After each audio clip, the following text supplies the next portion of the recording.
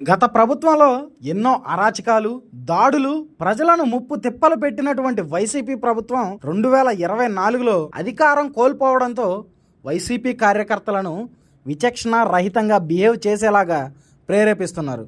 దానిలో భాగంగానే మైలవరంలో మాజీ మంత్రి ఇంట్లో శుభకార్యానికి వచ్చిన వాళ్ళు పిచ్చి చేష్టలు చేస్తున్న వాళ్ళని తీవ్రంగా ఖండించారు మంత్రి నారా లోకేష్ గారు. అయితే ఆయన సోషల్ మీడియా ఎక్స్లో ఈ విధంగా పోస్ట్ చేశారు. అబ్బే, వీళ్ళేమీ మారలేదు, వాళ్ళేమీ మారారు కూడా. ఏ ముహూర్తాన సైకో అని పేరు పెట్టామో ఆ పేరుని సార్థకం చేసుకోవడానికి నిరంతరం పని చేస్తూనే ఉంటారు వాళ్ళు. అందుకే నాటికి నేటికి ఎప్పటికీ అదొక సైకో పార్టీ. వాళ్ళ నాయకుడో సైకో. ప్రజలు బుద్ధి చెప్పినా మారని వాళ్ళ ఆలోచనలను చిన్న పిల్లవాడి చేతిలో నుండి సైకిల్ లాక్కొని దాన్ని తొక్కుతూ విరగ్గొడుతూ వాళ్ళు చేస్తున్న వికృత చేష్టలను సమాజం మరింతగా అర్థం చేసుకోవాలని నేను ఈ వీడియో పోస్ట్ చేస్తున్నాను అని మంత్రి నారా లోకేష్ గారు సైకోగాళ్ల మీద ఆగ్రహం వ్యక్తం చేశారు.